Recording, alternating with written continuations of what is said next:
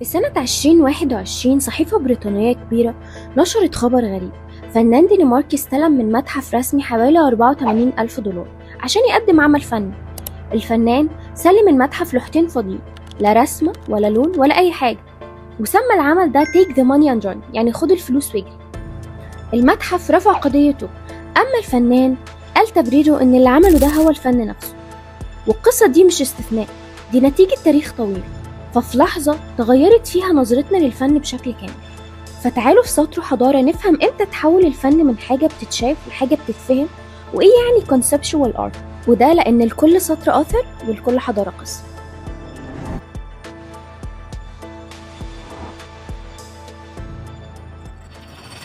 في الستينات متحف الفن الحديث في نيويورك The Museum of Modern Art بدأ يشتري أعمال ما فيهاش شكل تقليدي. ليه؟ لأن المتحف وقتها كان شايف إن الفن مش توثيق جمال، الفن توثيق تفكير العصر. زي ما بيتحفظ مخطوطات ورسائل وأدوات قديمة، إحنا كمان بنحفظ الفن ده بالأفكار الغريبة حتى لو هي مش مفهومة. وده مهم لأن المتاحف الحكومية بتتحول من رأي إلى تاريخ. فلو رجعنا بالزمن لبداية القرن العشرين هنلاقي اسم فنان مهم جدا، وهو الفنان الفرنسي مارسيل دوشام. هو فنان عاش بين فرنسا وأمريكا، وكان أحد مؤسسي الفن الحديث، وكان ضد فكرة إن الفن لازم يكون جميل. ففي سنة 1917 دوشام قدم قطعة صحية خاصة بدورات المياه، وهي مبولة الحمام، وعلى حسب رأيه إن دي قطعة فنية عادية جدا، فقدمها في معرض لجمعية اسمها Society of Independent Art في نيويورك، وسماها باونتن يعني نافورة.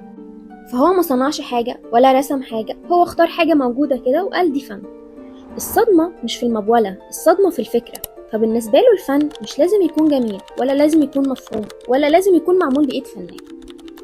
طب حصل إيه بعد كده؟ العمل طبعا اترفض واتشال من المعرض. بس بعد اللي عمله ده الفن خرج من كونه مهارة ولوحة وبقى فكرة وسؤال. في سنة 1969 ناقد اسمه كليمنت جرينبرغ قال بصراحة إن الكونسبتشوال آرت ده خطر لأنه بيفصل الفن عن الجمهور، ومن هنا حصل انقسام بين الناس. فناس بقت شايفة إن ده تطور، والناس شايفة إن ده احتيال ثقافي. المهم إن الجدل ده زاد القيمة مش قللها. زي أي حاجة، كل ما الخناقة بتكبر السعر بيعلى. طب أنا ذكرت حاجة اسمها الكونسبتشوال آرت دي، هو إيه ده أصلا؟ تعالوا أقول لكم. بعد دوشام ظهر تيار كامل اسمه الكونسبتشوال آرت، الفن المفاهيمي. الفن المفاهيمي ده بيقول قيمة العمل مش في شكله بل في الفكرة وراه. فالعمل ممكن يكون نص، فراغ، فعل، وده غير الفن البوهيمي. فالفن البوهيمي هو أسلوب حياة مرتبط بالتحرر والرفض الاجتماعي، ومش مدرسة فنية مستقلة زي الفن المفاهيمي. فالمفاهيمي مش أسلوب حياة زي البوهيمي، ده مدرسة فنية كاملة، وده فتح الباب لحاجات كانت قبل كده مستحيلة. فالفنانين قدموا أعمال بتتحرق وبتتحلل وبتختفي، زي جين تانجلي عمل آلة فنية بتدمر نفسها قدام الجمهور. فالفكرة الفن مش لازم يعيش، المهم اللحظة. وده خلى العمل ملوش نسخة، ملوش إعادة، ونادر جدا. وسبب إنه نادر جدا الفلوس بتاعته كانت حلوة قوي. في الخمسينات ظهر فنان فرنسي اسمه إيفي كلاين. كلاين عمل حاجة صادمة جدا، فتح معرض في باريس وعمل إعلان واضح، بس المفاجأة مفيش أي عمل فني يقدم في المتحف.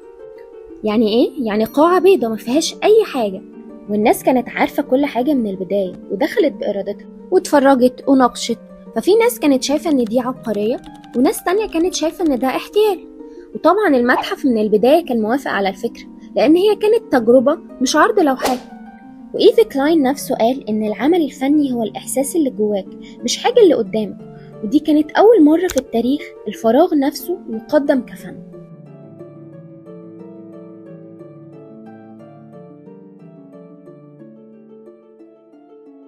طب تيجوا أخدكوا لحاجة أبعد من كده.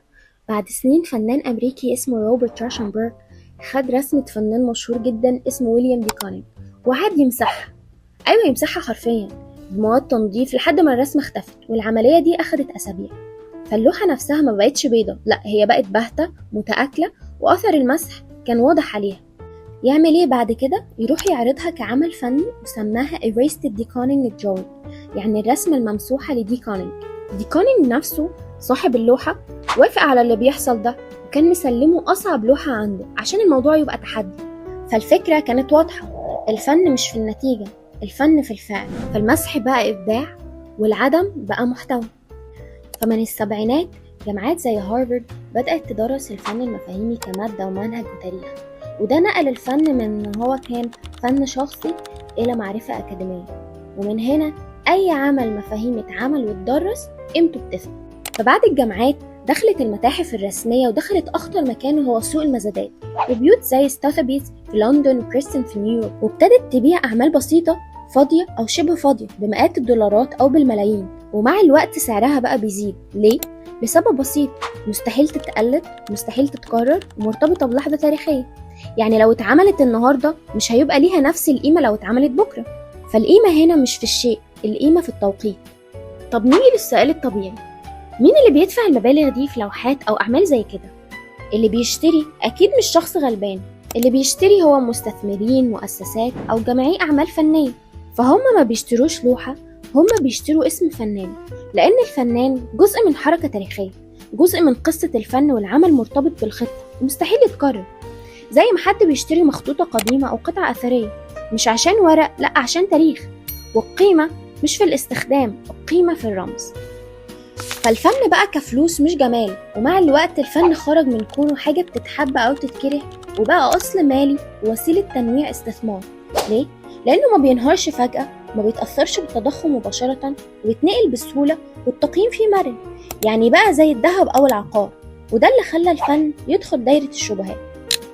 ففي صحف زي The Guardian ونيويورك تايمز اتكلمت ازاي ان الفن ممكن يستخدم في تهريب فلوس أو إخفاء ثروات أو غسيل أموال. طب يعني ايه غسيل أموال؟ تحويل أموال غير قانونية لأموال نظيفة. طب ايه علاقة الفن بده؟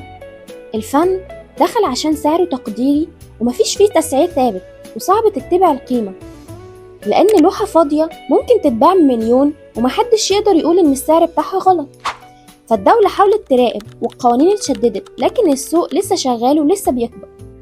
طب كده هل ده نصب؟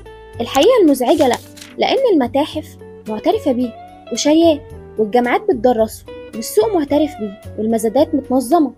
فعشان كده ما تسماش نصب، بس تسمى اتفاق، لأن النصب خداع، أما ده اتفاق معلن. اتفاق إن القيمة مش في الشيء، القيمة في إيمان الناس بيه، زي الفلوس وزي العملات وزي الورق اللي احنا بنسميه ثروة. اللوحات الفاضية مش كذبة ومش نصب ومش هزار، هي نتيجة طبيعية. العالم بقى بيقيس القيمة بالاتفاق مش بالمعنى. يمكن اللوحات فاضية لكن اللعبة مليانة. فالسؤال الأخير مش ده فن ولا لأ، السؤال الحقيقي: كم حاجة في حياتنا قيمتها جاية بس لأننا اتفقنا نصدقها؟ وساعتها مش اللوحات اللي بتبقى فاضية، احنا اللي بنبقى. لو عجبك الفيديو دوس لايك عشان يوصل للناس أكتر. ما تنسوش السبسكرايب عشان يوصل لكم كل جديد. كنت معاكم آلاء في سطر وحضارة.